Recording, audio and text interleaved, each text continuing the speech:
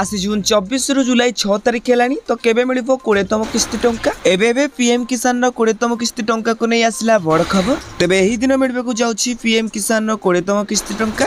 तेबे केउ मानकु मिलिबो आ काहाकु मिलिबो से नै सरकार कोन बड़ घोषणा करछिंती जानिया पूर्व आपण माने हम चैनल को प्रथम थर के पय आस्थिले चैनल को सब्सक्राइब करी पाखरे आस्था बेल आइकन को ऑल बटन रे सेट कर दियंतु।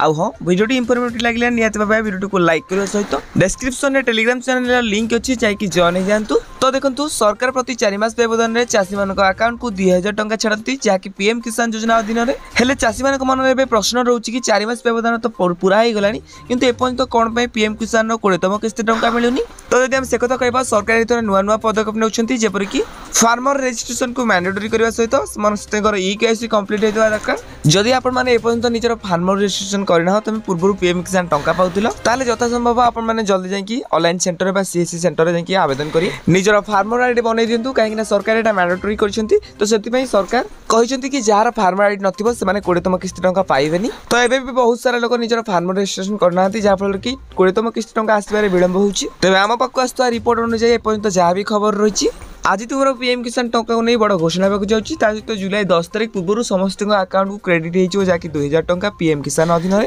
जदि आपको वीडियो देखा चाहते तो निहत भाव आम चैनल को सब्सक्राइब करूँ। हाँ ये वीडियो कौन देखते निहत भाव कमेंट बॉक्स में कमेंट करूँ।